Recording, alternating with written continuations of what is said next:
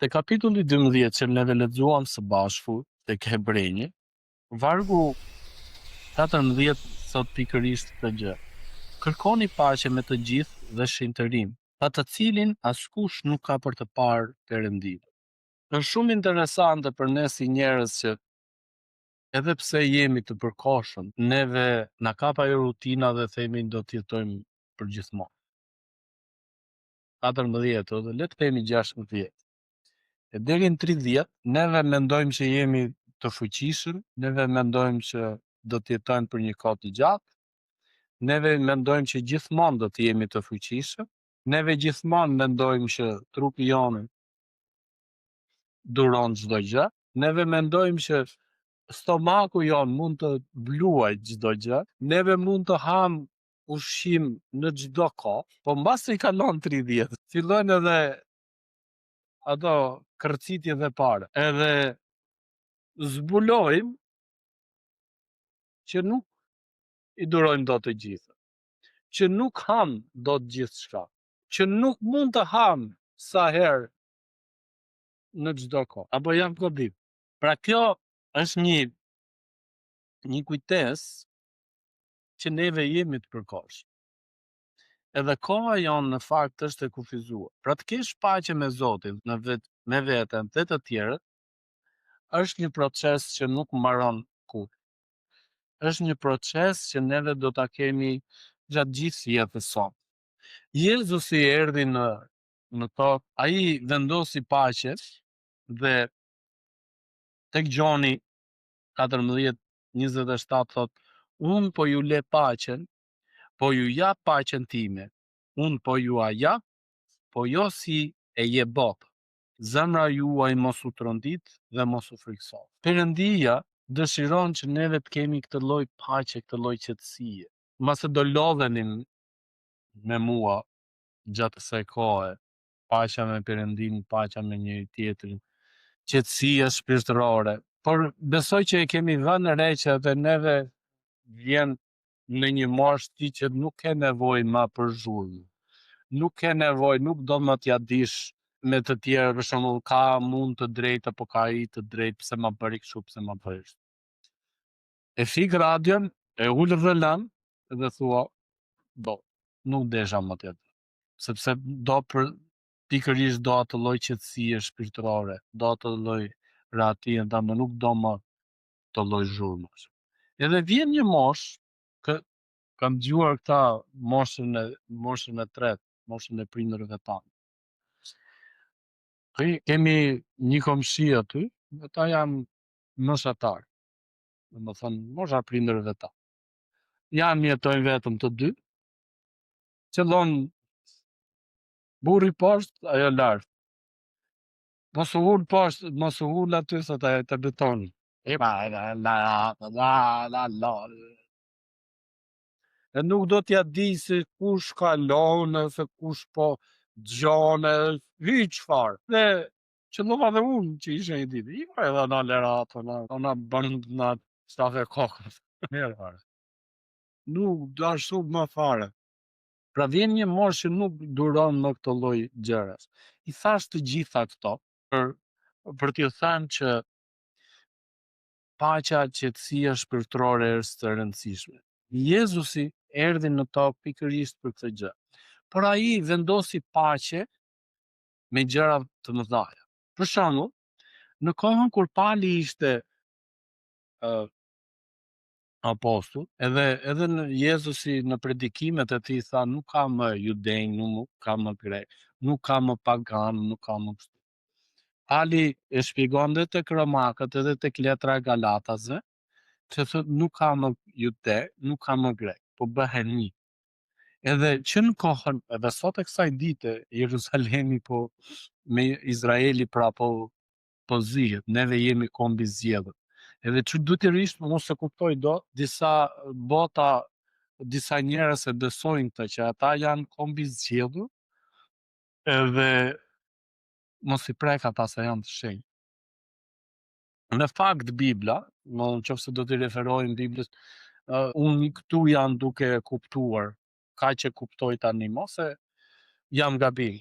Por në i gjithë qëllimi i kombit të zgjedhur ishte me Jezus. Edhe Jezusi e bleu me gjakun e tij, i dha mundësinë edhe judeut, edhe grekut, edhe paganit, edhe një jo besimtar. Pra, që të bëhej kombi zgjedhur. Kombi zgjedhur do të thotë që ti edhe unë sot i kemi thënë, jemi kombi zgjedhur njerëzve që janë shpëtuar, që kanë pranuar Jezus. Ky është kombi zgjedhur. Kurse këta e mendojnë që është diçka materiale. Këta mendojnë që çdo gjë do të ekzistojë për një kohë shumë të gjatë. Njeriu është këtu i kufizuar. Në qoftë se do të ishte ashtu, ne do të jetonim për gjithmonë. Në qoftë se do të ishte ashtu, ne nuk do të kishim sapo këto shpjegova këto gjëra, dhimbje, vuajtje me radhë. Ndaj Perëndia na fton. Shkojmë së bashku tek Romakët kapitulli 12. Vargje 18 deri në 21. 12, Romakët 12, vargje 18 deri në 21. Po të jetë e mundur, dhe aq sa varet prej jush, jetoni në paqe me të gjithë njerëzit. Mos u akmerrni për veten tuaj, o të dashur, por i jepni vend zemërimit të Perëndisë, sepse është shkruar: Mua më përket hakmarrja, unë do të shpaguaj, thot Zoti. Nëse armiku yt pra ka uri, i jepi të hajë, dhe në pas tetje i jepi të pi, sepse duke bërë këtë, do të grumbullosh mbi kryet të tij të ngjinj të ndezur. Mos u mund nga e keqja, por e mundi të keqen me të mirë. Këto janë fjalët e Palit, që ishte i frymzuar nga Perëndia, dhe këtë lloj këshille na jep neve sot, që të jetojmë në paqe. E dini çfarë? Besoj që gjithë secili prej nesh mund të ketë një moment që dikush ka thënë një fjalë që ta tharon nerva, edhe çfarë ndodh? Ai po vjen ose ajo po vjen të jetojë në kokën tatë. Falas, pa qera. Dhe më e bukur, ai ose ajo e bë gjumi rahat. Kurse ti ja. Edhe më e bukur është, vazhdon, unë flas nga eksperiencë. Unë mund të jem zëmruar dhe atharuar me X-it, edhe pastaj vi edhe e nxjerr tek familja. Luma e njeri pra, që arrin ta kontrolloj këtë lloj qetësie, edhe arrin që mos ta fusi atë pjesë në familjen e vet. Sepse vetëm shkatërrime sjell. Ndaj dhe Perëndia pikërisht këtë gjë thot. Pali na tregon edhe i thot te Galatasit, pikërisht këto gjëra, tek vargu, te Galatasit kapitulli 1, duke filluar nga vargu 6. Çuditem që kaluat kaq shpejt nga ai që ju thirrri ju nëpërmjet hirit të Krishtit në një ungjill tjetër, që nuk është tjetër, por ka disa njerëz që ju turbullojnë dhe që duan ta shtrembërojnë ungjillin e Krishtit.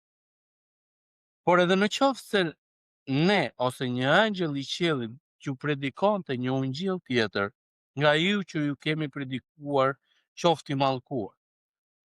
Ashtu si e tham më përpara, po e them përsëri. Nëse dikush ju predikon një ungjill tjetër, qoftë i mallkuar, sepse unë vallë kërkoj të fitoj miratimin e njerëzve apo të Perëndisë, apo kërkoj t'ju pëlqej njerëzve, sepse po të kërkoja t'ju pëlqeja njerëzve, nuk do të isha shërbëtor i Krishtit.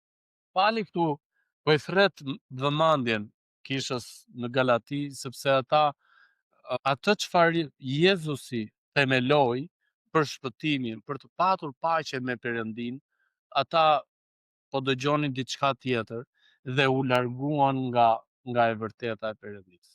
Edhe kjo ndodh sepse shpeshherë gjërat e mira, siç e dimë dhe ne, nuk vijnë kollaj.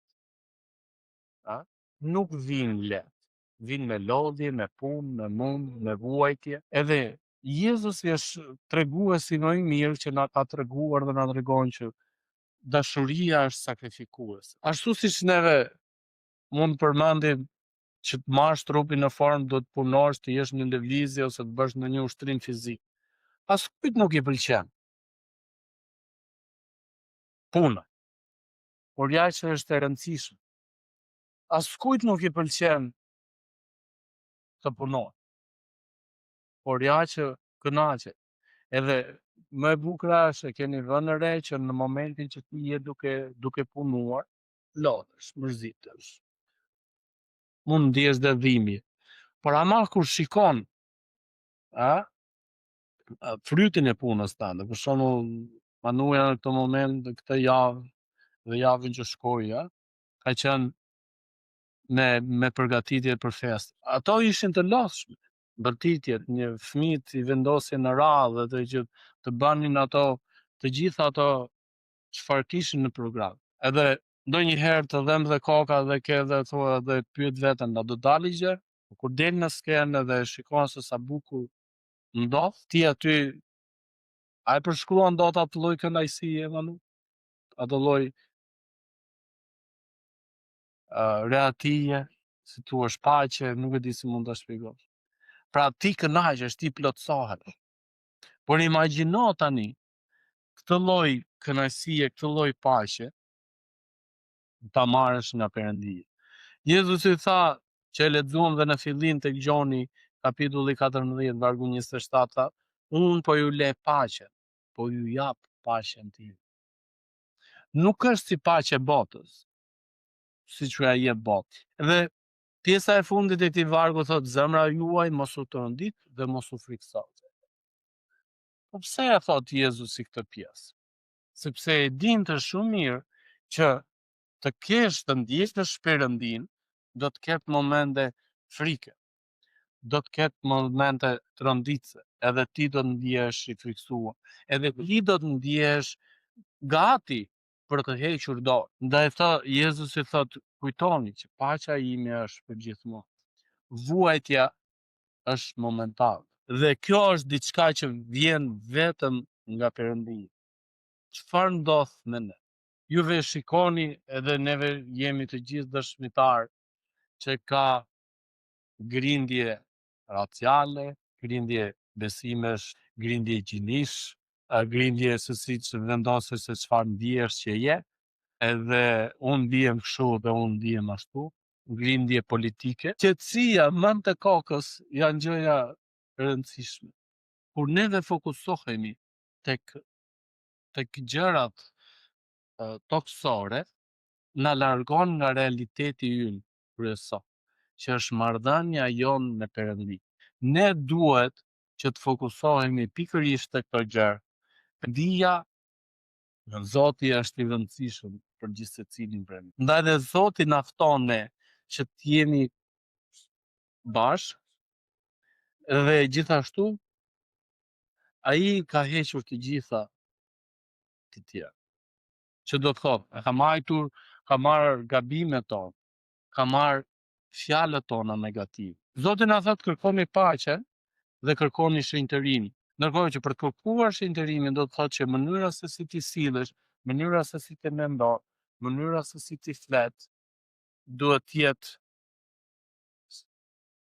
në marrëdhënie ose sipas fjalës së Zotit. Asnjëri nuk e bën. Të jemi të sinqertë.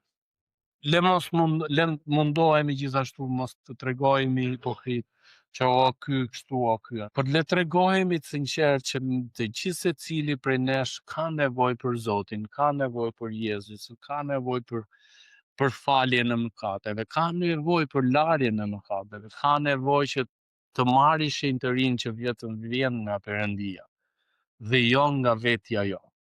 Ndaj, kur neve përpiqemi në këtë lloj mënyre, në këtë lloj forme, ne me të vërtet i përkasim Zotit. Sepse nëse ne nuk jemi në këtë lloj mënyre, nuk jemi në këtë lloj forme, ne mund të vim deri në fund të jetës tonë të dielave dhe të mblidhemi bashkë. Po, siç e dim që kisha jemi ne, të gjallë, nuk është ndërtesë. Ne mund të lëvizim, të shkojmë edhe në një vend tjetër. Ne jemi kisha. Po si do të jemi ne kisha e Perëndis, kisha e Krishtit, në qoftë se ne nuk jetojmë nuk kemi paqe, nuk kemi, po kemi gjithë ato, siç që Pali thotë te Galatas 5, frytet e mish.